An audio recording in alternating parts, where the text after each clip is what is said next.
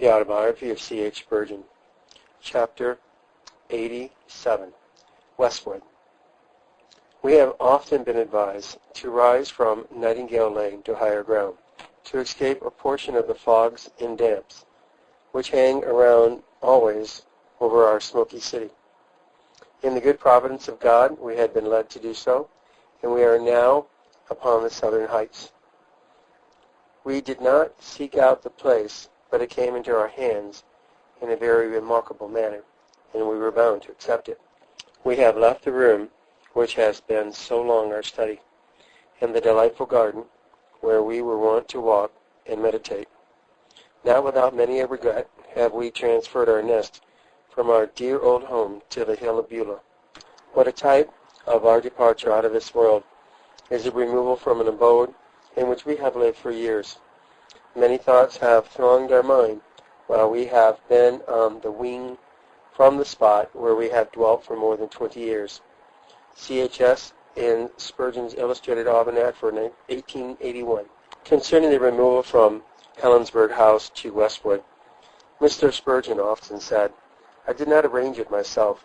The Lord just put a spade into me and transplanted me to Norwood." The change came to pass in the following way. In the year 1880, a great trouble arose, through which was intended to be only a joy and a help. Mrs. Tyson, who had long been a generous donor to all the tabernacle institutions, made a will by which she meant to leave to the college and orphanage the greater part of her estate, subject to the payment of certain annuities to a number of aged pensionaries upon her bounty. The kind Texatrix appointed as her executor Mr. Spurgeon, and a clerical friend explained that she did so on purpose to ensure that there should be no question about the carrying out of her intentions. But unhappily, the bequest included her real as well as personal property, and therefore came within the scope of the law of mortmain. The whole affair was complicated in so many ways that the executors were obliged to arrange with the trustees of the college and orphanage to institute a friendly suit in the Court of Chancery in order to have an authoritative decision upon the points about which there was uncertainty. This involved a heavy addition to the dear pastor's work, and necessitated many journeys to White Lodge, Biggin Hill, Upper Norwood, where Mrs. Tyson had lived.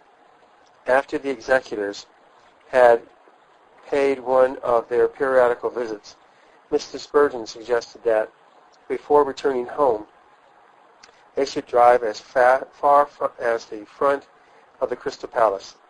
Proceeding along Beulah Hill, the notice of a house and estate for sale caught his eye as he passed a gateway which was afterwards to become very familiar to him. He had long felt the need of removing to higher ground into a more selected spot than the once rural Nightingale Lane had become, and he had been making inquiries in various directions, but so far he had not heard of any place which was sufficient near the tabernacle and at the same time fairly clear of the smoke and fog of London. On reaching the palace, the return journey was commenced, and soon the carriage was back in Beulah Hill and nearing the gate where the board had been seen. Bidding the coachman stop, the pastor asked his secretary to find out what the notice said. It appeared that cards to view the property were required, but on asking at the house, permission was at once given for Mr. Spurgeon to see all he wished, and then for the first time he passed down the drive and beheld his future home. As soon as he caught sight of Westwood, he exclaimed, "Oh, that place is far too grand for me," and after a very brief inspection, he left without having any anticipations of becoming its owner. So completely did he give up all thought of living there that he did not even send anyone to the sale. But a few days afterwards he received a note telling him the reserve price had not been reached, and asking if he would make an offer for the estate. Then came what Mr. Spurgeon always regarded as the providential interposition of God in the matter. That very day the builder, whom he always employed for all work needed at Helensburgh House, called to inquire if he wanted to sell his home, because if so, one of the neighbors wished to buy it as a residence for his son-in-law, who was returning from abroad.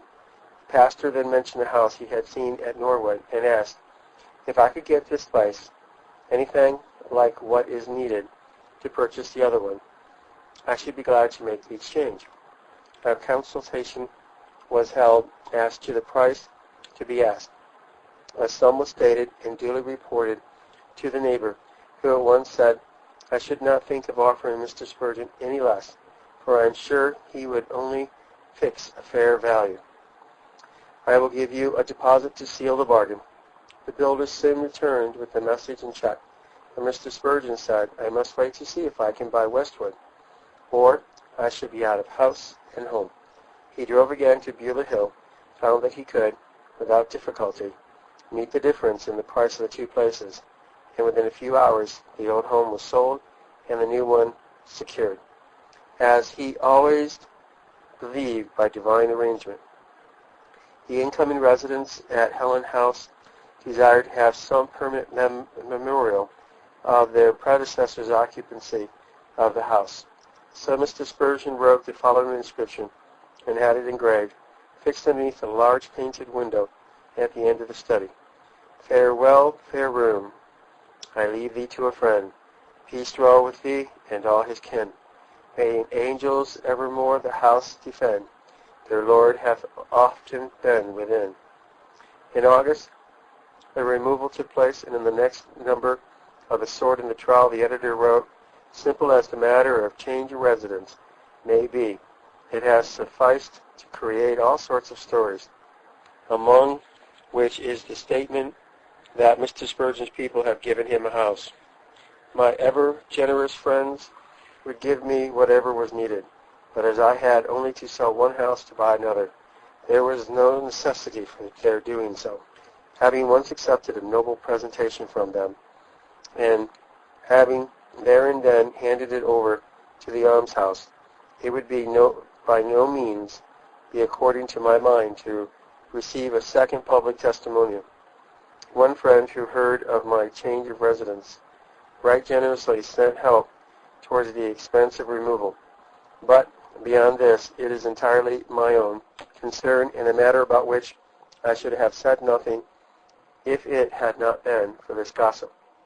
Though Mr. Spurgeon had described Westwood as being far too grand for him, he was very vexed when an American visitor published a grossly exaggerated account of its parks and meadows and lakes and streams and solitary and stables, which were supposed to rival those of the Queen at Windsor Castle. It would be difficult to find the park, for the whole estate compressed less than 9 acres, 3 of which were leasehold, and the numerous lakes and streams, which the imaginative D.D. fancied that he saw, were all contained in the modest piece of water across which the prettiest view of the house can be obtained. Mr. Spurgeon hoped that one effect of his removal to Westwood would be that he might enjoy better health than he had at Clapham.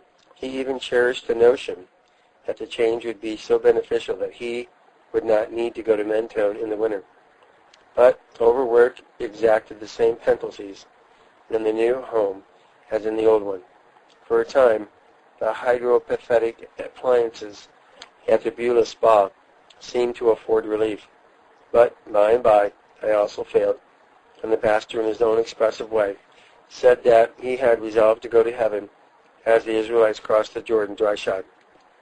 The friendly connection with the hydropathic establishment was, however, still maintained, for its proprietor was permitted to have a pipe running from his house to the well, so Spurgeon's garden, so that any of the guests who desired to drink the Beulah Spa water might have a supply of it. The prospectus, issued at the time that Westwood was offered for sale, contained a very elaborate description of the virtues of the water and its mathematical value as compared with that of other springs in England and on the continent. But Mr. Spurgeon, never concerned him much about it, though he occasionally drank it himself and gave others the opportunity of following his example. Apart from its private uses, perhaps, Westwood was never more thoroughly utilized than on the occasions when tutors and students gathered there to spend a long and delightful day with their beloved pastor. Footnote: this happy custom has been continued annually by Mrs. C.H. Spurgeon. End of footnote. The Rosary was the usual place of meeting, and here, after partaking of refreshments, a brief devotional service was held, followed by the introduction of the new students.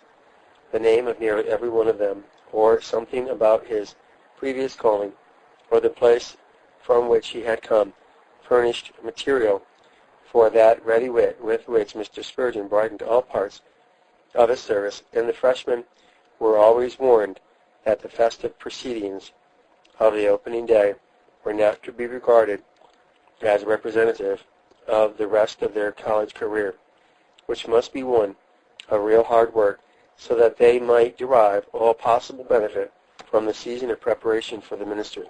As the brethren dispersed to their various forms of recreation, a number of them always chose the Puritan game of bowls, and in the summer house overlooking the lawn, the president and tutors watched them, and at the same time talked over any matters on which they might need to consult. Thus, on one occasion, a brother was called from his path to receive a commission to go to the Falkland Islands. Another was summoned to go to the mission field, while to others was entrusted the honor of reviving some decaying church in an English village or starting a new one amidst the dense population of London or some providential town. The top of the round tower, visible from the lawn, is the place from which a wide extent of country can be seen, and many of the students in days past sought and secured permission to view the landscape over. The grand stand at Epsom is plainly discernible from the grounds, but from the greater height the tower on Leith Hill, and in particularly favorable state of the atmosphere at Windsor Castle also, can be described. The steps leading down to the lawn often formed a convenient rallying point for the evening meeting, though sometimes the brethren were grouped around the upper summer house. Far away across Thornton Heath rolled the great volume of sound as the male choir of 80 to 100 voices sang the sweet songs of Zion, of which the college anthem, Hallelujah for the Cross, was certain to be one. The words spoken by the president, as though those gathering, were gratefully remembered by brethren now laboring for the Lord in various parts of the world. During the day, informal meetings were held under the question oak, which gained that name because, beneath its widely spreading branches, Mr. Spurgeon allowed the students to put to him any inquiry that they pleased, and he answered them all without a moment's hesitation, and often interspersed his replies with a narration of striking incidences in his own experience, such as those recorded in Volume 3, pages 192 to 196. The lake is not likely to be forgotten by some of the pastor's college brethren who are now in the ministry. On the first visit of the students to Westwood, the president told them to go wherever they pleased and to explore the whole place. It was not very long before some of them discovered that there was a boat on the lake, and not many minutes more before the boat and all its crew had gone down into the mud.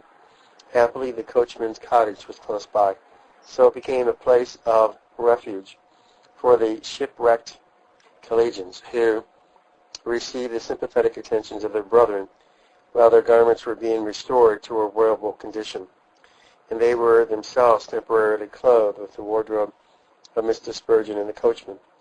As the students were not so stout as the former, nor so tall as the latter, they were not very comfortable in their borrowed raiment. But later in the day they appeared in their proper garment, and the president then turned the adventure to practical account by warning them to keep clear of muddy waters of doubt, and not to trust themselves off terra firma unless they were sure the trustworthiness of their boat and the skill of the oarsmen. In addition to the students of the pastor's college, Many other visitors have from time to time been welcomed at Westwood. On one occasion, a party of American friends who had been worshiping at the tabernacle on the Sabbath asked Mr. Thomas Cook of Leicester, by whom they were being personally conducted through London, to seek permission for them to see the preacher at his home. This was readily accorded in one of their number. Dr. J.G. Walker wrote, after Mr. Spurgeon's homegoing, a long and interesting account of their reception. The following extract will convey a good idea of the impressions made upon the transatlantic visitors that day, and also on many others who, at different times, saw the dear pastor in his own home and garden. Turning into the open gateway, a short drive along the thickly shaded carriageway brings us to the house itself, now and ever to be known by the familiar name of Westwood. Mr. Spurgeon is at the carriage before we alight and gives us such a cordial greeting that we immediately felt at home ourselves. We spent a few moments in the Rosary in further social intercourse. Then, with cheerful, though somewhat labored steps, our genteel host leads us along the grass-bordered walks around the house, down a winding pathway, sheltered by overhanging trees, over a little rustic bridge, and along the edge of a miniature lake, then out upon a sloping stretch of open ground, from the summit of which the Westwood dwelling sends down its sunny glances, and beyond which the widening expanse of a picturesque English landscape suggests to heart and voice alike the familiar melody, sweet Beulah. At every step we find ourselves drawn closer and closer to the man himself, as with unaffected simplicity and with easy, brilliant, entertaining conversations, he makes the moments pass too quickly by. Recalling these glimpses of the social and domestic life of the great preacher leads me to indicate a few of the impressions that are most tenderly cherished. I was especially struck with his love of nature. He lived in loving acquaintance with his beautiful surroundings. He seemed to be on terms of closest intimacy with every leaf and plant and flower, and without question, this man very largely accounted for his own marked naturalness in speech and movement, both in the pulpit and out of it. Like the leaves, the plants, the flowers, he loved to be just what God made him. Come into my picture gallery, he said, and let me show you some pictures painted by God himself. Again we found ourselves in the entry at the Rosary, where our attention was directed to certain openings which had been made in the dense foliage. Placing us in the proper position before these open spaces, he invited us to look through them, and as we did so, we found ourselves gazing upon natural pictures that were all the more beautiful because they enabled us, as well as the owner of the gallery, to look through nature up to nature's guide. In all these methods of expression, there was not the least shown of affection or any assumption of sanctimoniousness. The entire conduct and conversation of the man, both in his private walks and public walks, breathe out the fever and the frankness of a soul who knows and loves God and who lives and communes with his Savior. A visitor at Westwood, who professed to have come from the United States, was received by Mr. Spurgeon with considerable cordiality because he announced himself as Captain Beecher, the son of Henry Ward Beecher. He was conducted through the grounds and had the special attractions of the place pointed out to him, and he, on his part, managed very well to sustain the role he had assumed until, just before leaving, he said, "Mr. Spurgeon, excuse me for making such a request, but could you change a check for me? Fortunately, I waited until after the bank was closed, and I want some money very particularly tonight." The dear pastor's suspicions were at once aroused, and he said with pardonable severity, "I do not think you ought to make such a request to me. If you are really Mr. Beecher's son, you must be able, through the American consular or some friend, to get your check cashed without coming to a complete stranger. and foiled in his attempt, the young man departed. A few days afterwards, a gentleman was murdered in a carriage on the Brighton Railway, and when the portrait of the criminal, Lefroth, was published in the papers, Mr. Spurgeon immediately recognized the features of his recent visitor, though he never understood the reason for the man's strange call at Westwood. One place to which Westwood visitors were sure to be taken was the Finery, and after many treasures to which their attention was directed, the Mother Fern was never forgotten, and most of them received from the dear owner, as living mementos of their visit, some of the baby ferns growing on the parent plant. At one of the tabernacle prayer meetings, Mr. Spurgeon gave an address upon the Mother Fern, in which he urged his hearers to seek to be spiritually what it was naturally and by the grace of God to be the means of reproducing themselves in their converts, in whom the same blessing might be repeated by the effectual working of the Holy Spirit. At one time, bees were kept at Westwood, and Mr. Spurgeon was intensely interested in watching them whenever he had a few minutes to spare, or any visitor who could explain their various movements.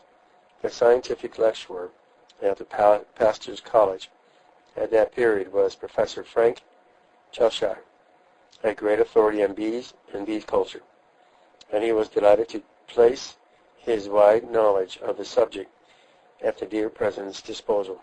One day he brought with him a Liguran queen, which he had procured on purpose to add to the value of the pastor's busy bees, and he was delighted to see how quickly Her Majesty made herself at home among her English subjects. After a while, Mr. Spurgeon noticed that the little creatures appeared to fly so far afield to gather honey all the day that they seemed quite tired out when they reached the hives, or fell exhausted before they could get back to their homes. There was also much difficulty in keeping them alive through the winter, so he reluctantly parted with them. Before he did so, however, he had one experience connected with them which he never forgot. On a calm summer evening, he was standing to watch them, when, without giving him any warning, hundreds of them settled on his clothes and began crawling all over him.